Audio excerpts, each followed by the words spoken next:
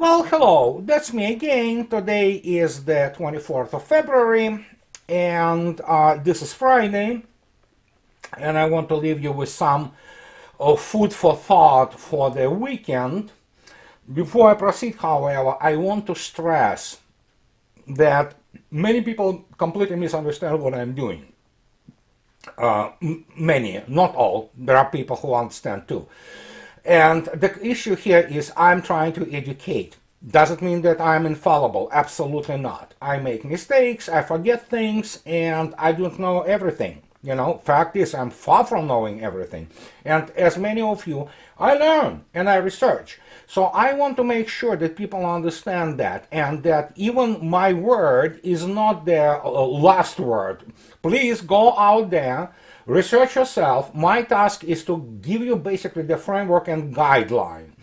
And I want to start today with this thing. It's actually nauseating by now, but even when you have the ABC Australia, which was actually fairly consistent in terms of,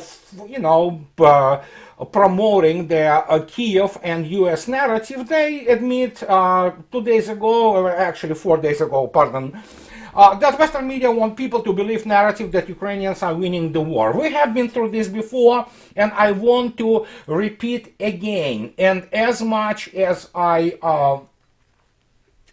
do not pretend to know everything, I want to tell you one thing, which you probably heard before, but we're going to frame it today a little bit differently.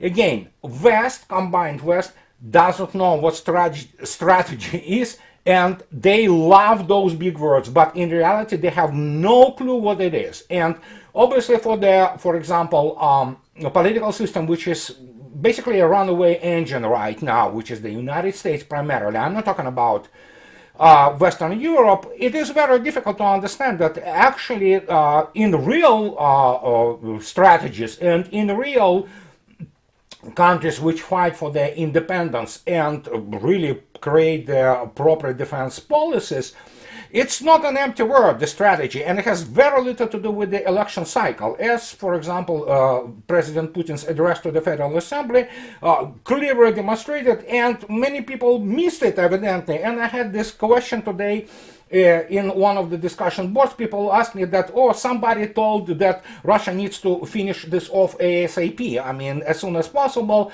I'm talking about special military operation. And the question is, guys, look at the real strategy.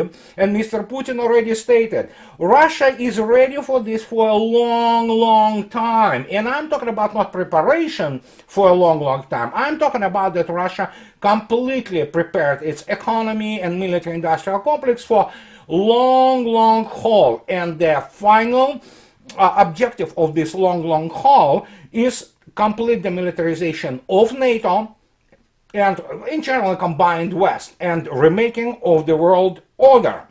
And many people have to understand it by now, but many evidently still cannot grasp this simple situation. But let's start with that thing. And again, just to give you example, how people kind of misinterpret things of this nature, because if you look attentively at this, it just goes on and on and on. Yesterday, somebody again, the Secretary of the Army says that, you know what, those tanks will not reach Ukraine this year, and then, but they may not even arrive until next year, the Service Secretary said Thursday.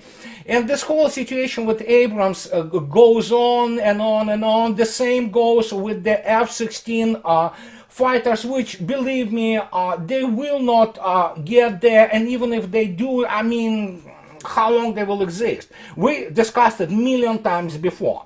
But it's all about narrative, as you might understand, and I want to start with a joke, please. Wonderful economists and people with the serious background in economics, don't please misinterpret it as the insult. It's not insult, it's a joke, it's a Russian joke, but it has a grain, a kernel of truth in it, and here it is. This is a very famous meme. if you take a look at this, you will see yourself that this is in Russian. The upper level is the student engineer for the 5 years, which is 6 academic years. And as you can see yourself, it starts with the ape, and you see yourself where it ends up with its degree, his or her degree. Well, below is the student economist.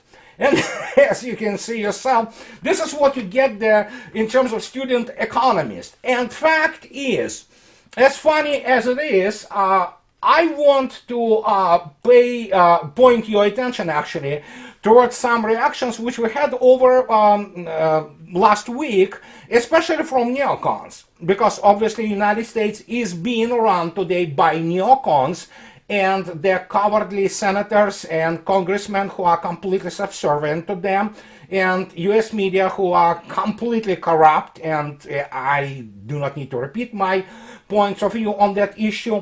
But look at what we have from 2007. One of the true American patriots, a man I respect immensely actually. I do not agree with him on everything, but he is the man who actually embodies in many respects what, for example, Russians got to love about Americans, and there are many people who are exemplary Americans, and he is Philip Geraldi.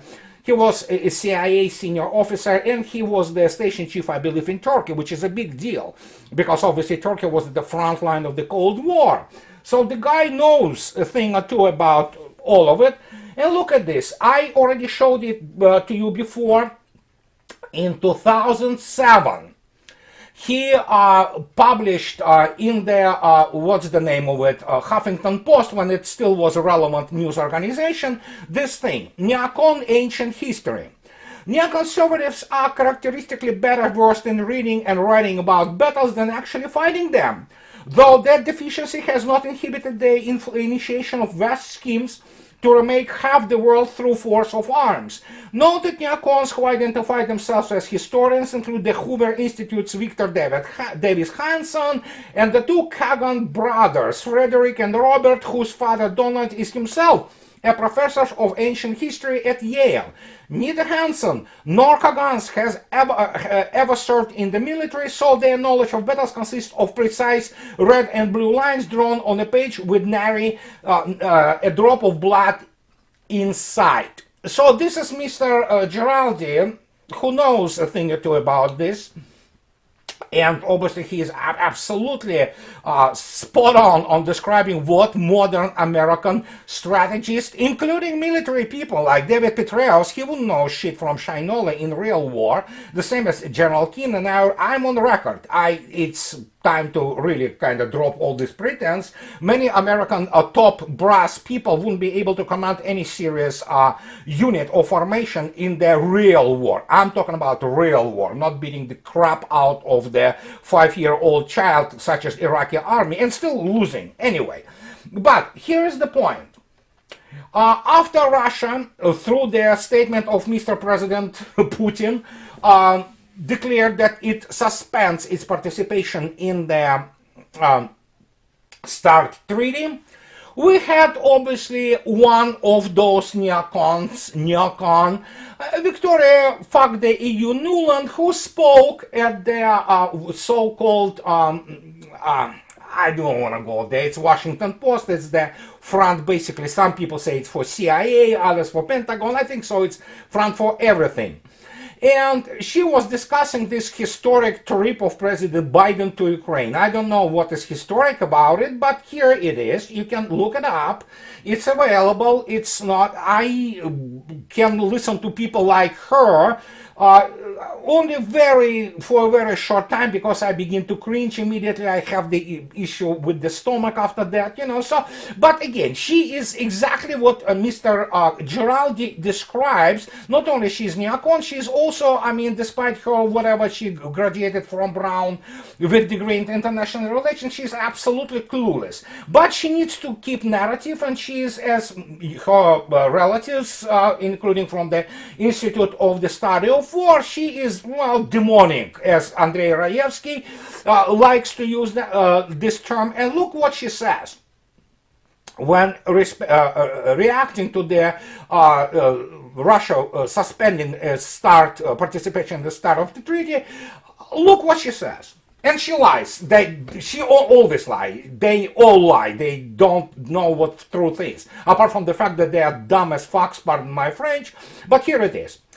She's talking about the START treaty. She says that this treaty is of least equal value to Russia because they are not in the position now to be rebuilding nuclear weapons, and frankly, we have no interest or intent in doing that ourselves.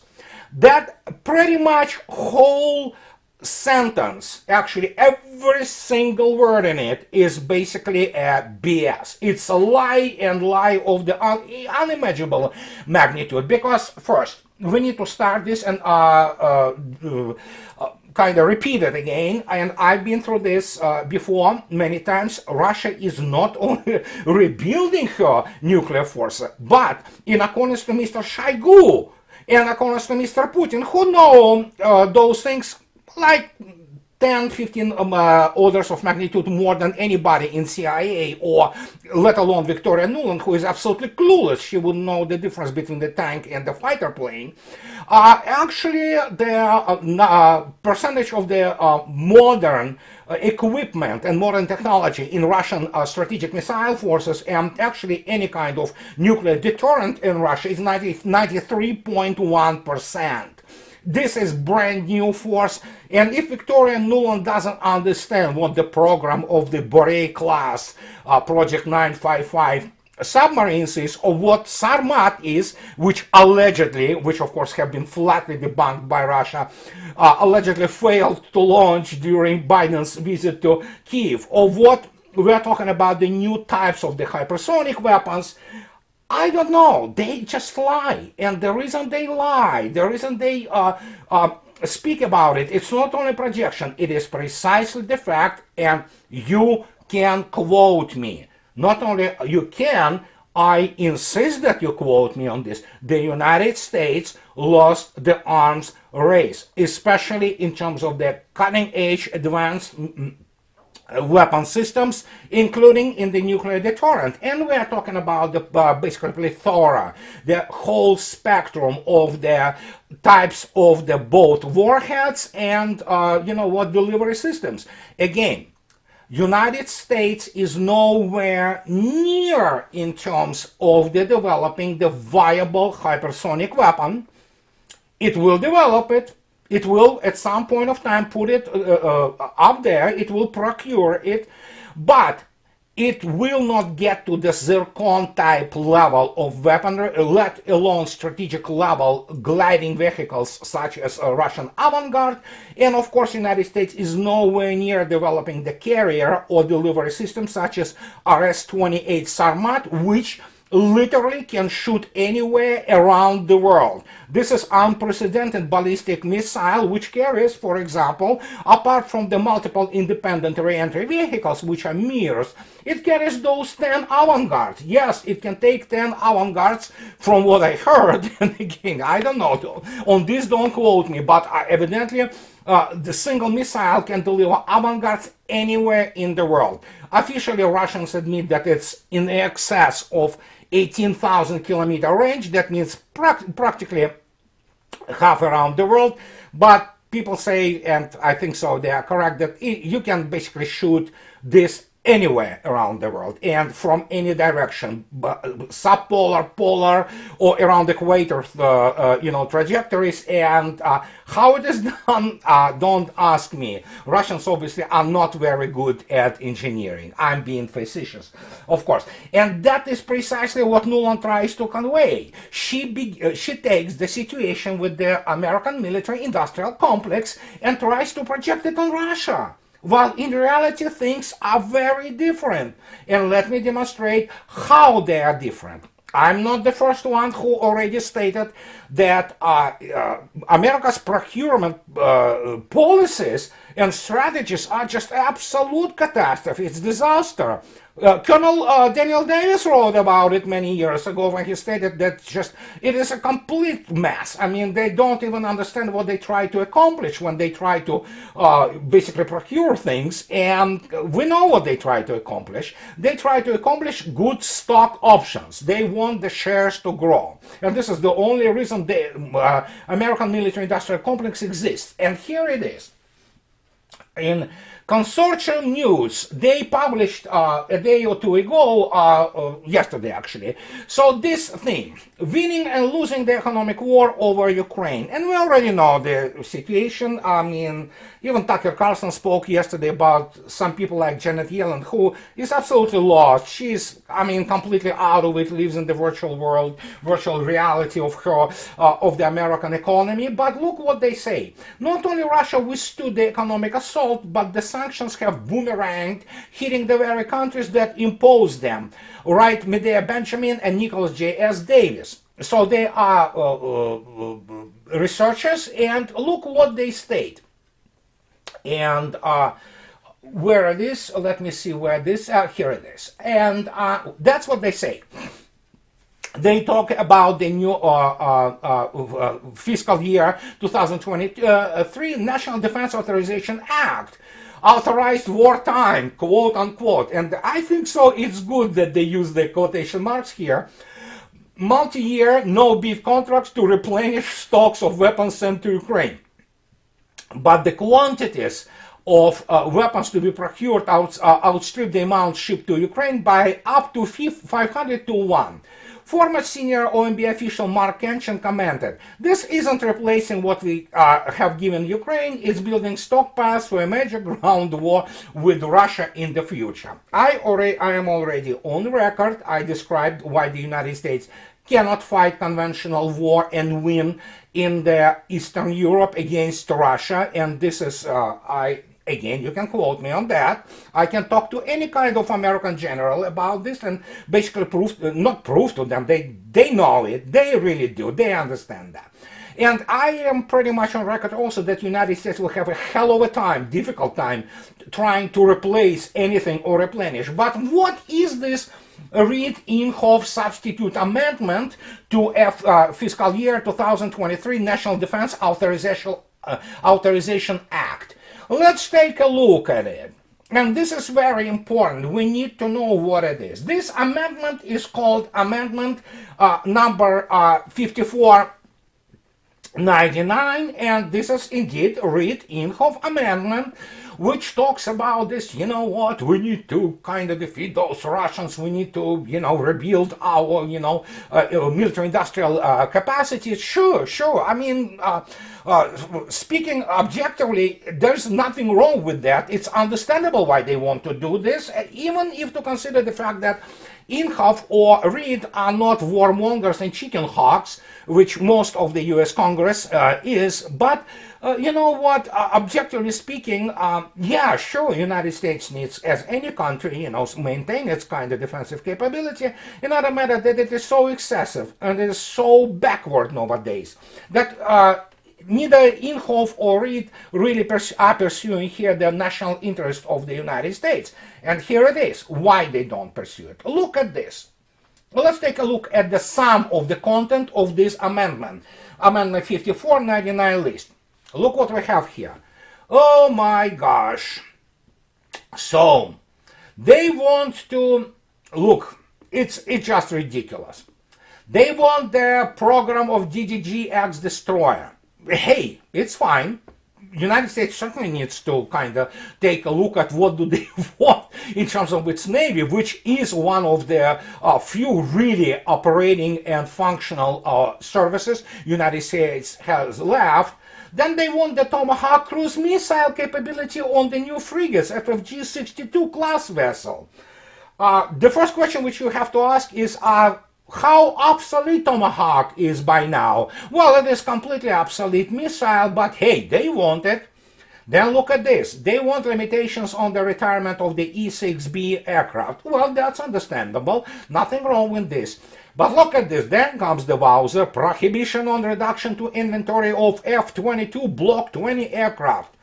F-22 is actually, well, it's certainly a good aircraft, but I don't know how many operational of those aircraft left, but evidently F-35 is not the bird which can cut it. So, okay, they want this. Then they want the basically treatment of nuclear modernization hypersonic missile program within defense priorities and allocation system. So, and once you begin to look at it, it is you begin to come back. It's deja vu all over again. It is same old reproduction of the pretty much obsolete, morally obsolete weapon systems. And guess what? In terms of Navy, for example, if you look at the DDG-X program, this is DDG-X program, which, for example, even Rand commented on it. They want to get this thing done by the 2030, and yeah, we'll see about that.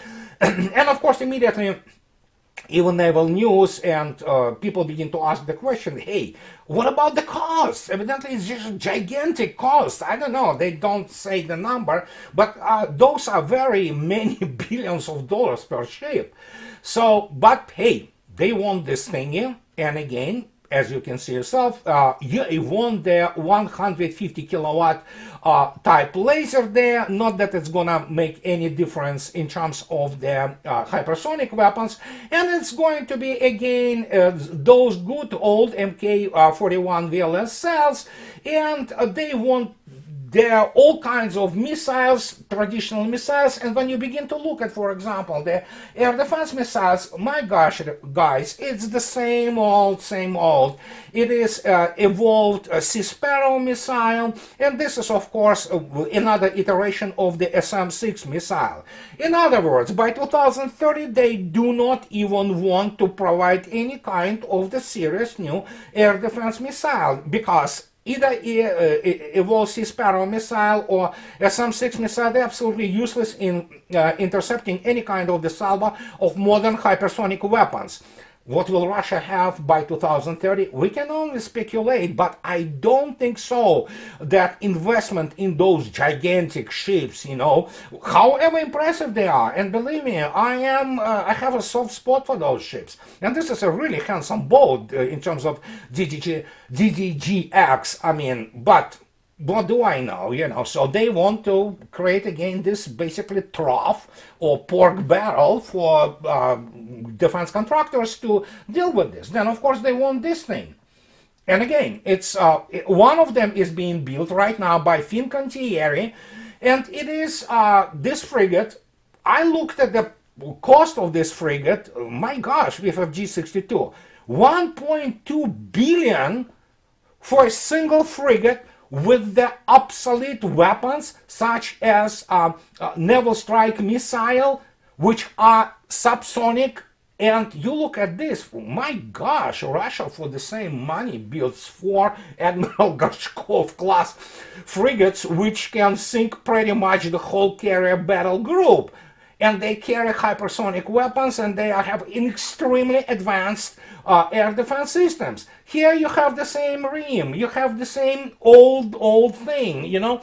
And when you begin to look at this, it's just like, and what's new, guys? Anything new, anything really specifically advanced to the point that you can say, oh, we can challenge, let's say, China at the world ocean or in the first island chain, let alone can you challenge Russia in her littoral or even the remote sea zone? No, they can't. These are really nice looking ships, make no mistake. But again, F-22 is a pretty bird, you know. It's a really nice looking aircraft. The problem, of course, how good it is against S-400, S-300 V4 or against even Buk M3.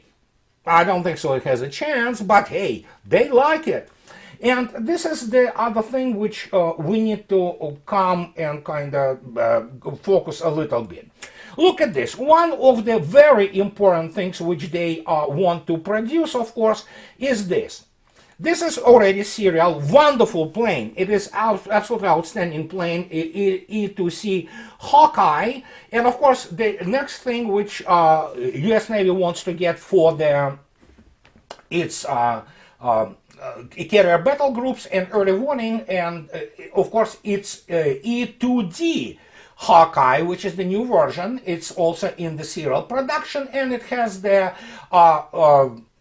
very good radar. AN APY 9. But here's the issue again.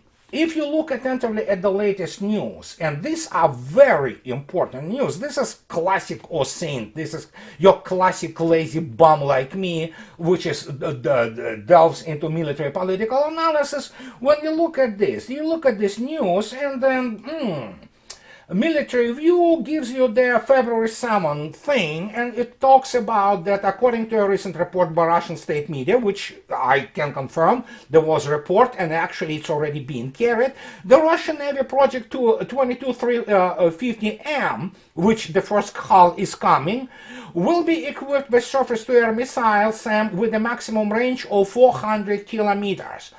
Well, actually, this is missile from S-400, or its analog of 40N6.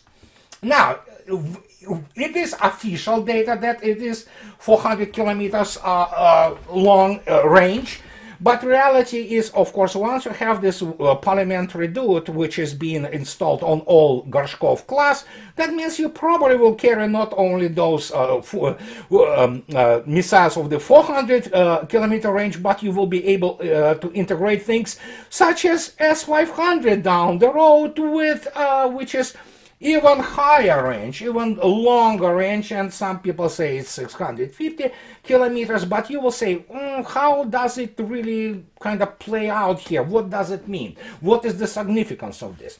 The significance of this is this. While the Hawkeyes are wonderful planes, and they have excellent signal processing and excellent radar, they are, of course, have their limitations. And look at this. Here's one of the articles, basically from one of the authorized types of the websites. And they talk about the airborne early warning aircraft. They talk about precisely AN/APY-9, which is on the E2Ds. And look what they state, that actually system can detect targets at ranges in excess of 345 miles, 556 kilometers.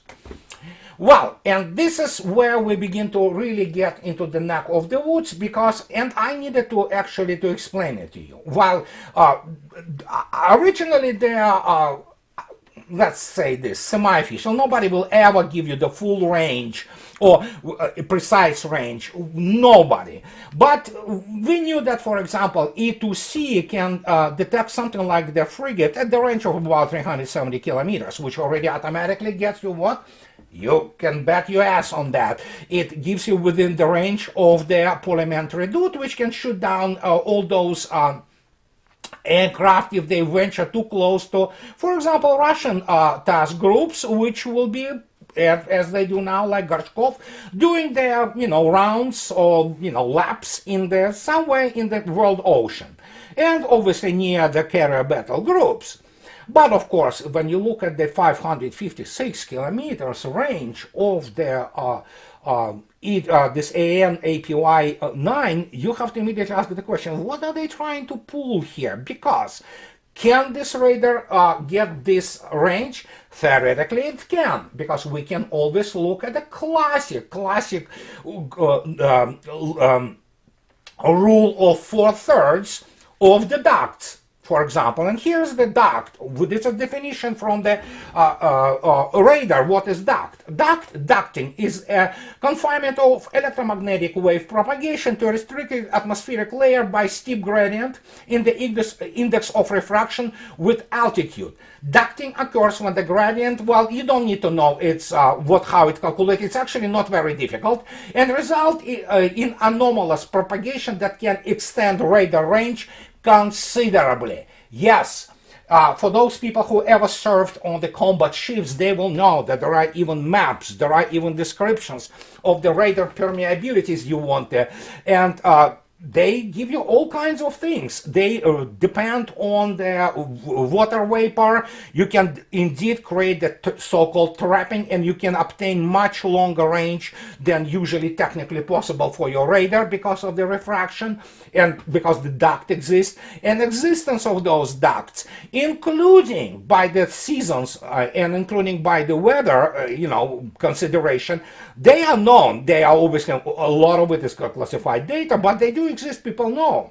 And usually when you look at this trapping or ducting, you can basically calculate their range of the radar using the what is called 4/3 rule. I'm not gonna go to it, but it's basically a rule which increases the Earth radius to about 1/3 more, and that obviously creates what? Extension of the radio horizon. But look what we have here, even with the duct.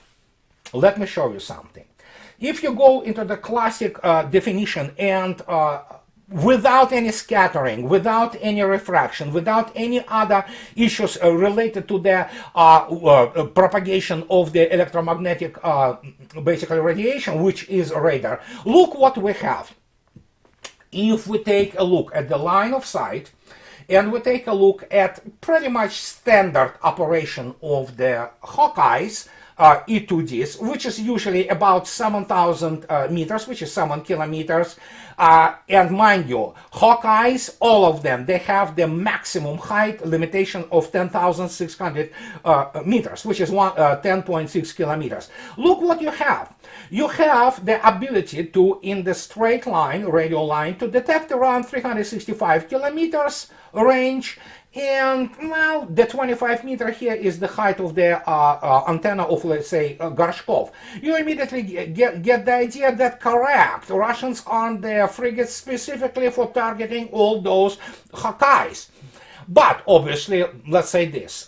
What if we want to take a look and calculate how it's going to be when Hawkeye gets to, for example, its maximum limitation of the 10,600 meters? Well, in this case, it will see at around 444 kilometers. And this will be basically a very trying experience for this wonderful plane, actually. But yeah, this is the maximum it can lift itself. And then we begin to look at what our 556 claimed kilometers in the source give us. Look at this. In order for it to hit, even considering all kinds of the issues pertaining to refractions, let alone when you have scattering and negative scattering, when your range decreases dramatically, in order for you to hit at this 556 kilometers, you need to fly 1.7 times higher than Hawkeye is capable. Even if you consider the issue of the ducting, if you consider the issue of the trapping, so to speak, of the troposphere, of the radar signal, yeah, it's probably, they were talking about the what is called the passive detection. And as you might know, I already spoke about this, and especially when you look at some old Soviet and Russian radar complexes like Mineral K, they do hit, standing on the height of merely 30 meters, they can hit it, above, close to 400 kilometers. But of course in the passive way. But in the active, depending on ducting, they can hit it from the almost, the surface of the sea at 250 kilometers. So when you begin to look at this and you say, yeah, we're getting now the issue of why, for example, Gorshkovs will carry this missile. And again, we don't know the actual range of this missile. I would assume that it's a little bit longer. And after we know what happened in the SMO when some Su-57s shot down Su-27s on the really nasty ranges, including also S-400 shooting down those things on a far, far away. So yeah, you get the idea that, well, let's not rush to the conclusions, obviously. But that also underscores and wraps up the basic strategic rigidity of Pentagon and the procurement programs, because already now, today, this very moment, the way the procurement is designed in the United States, it's absolutely obsolete.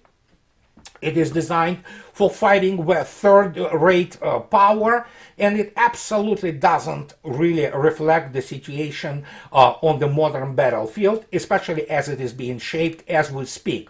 And yes, they sent 4 Leopard tanks today to Ukraine. I don't know. That will be really funny to see them annihilated. But then again, listen, hey, M1 Abrams cannot be delivered to Ukraine, but you can bet your ass that they will try to push this product into Germany, which by now actually, for all intents and purposes, doesn't exist as the sovereign state. So this is what I wanted to tell you today in my for the weekend issue, so to speak, and as always, those who really like what I do, please support me on Patreon and buy me a coffee or two.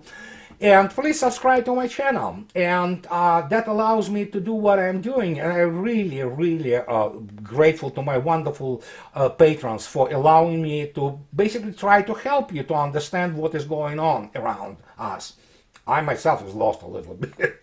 So, well, thank you very much and have a nice weekend. I'll talk to you later. Bye-bye.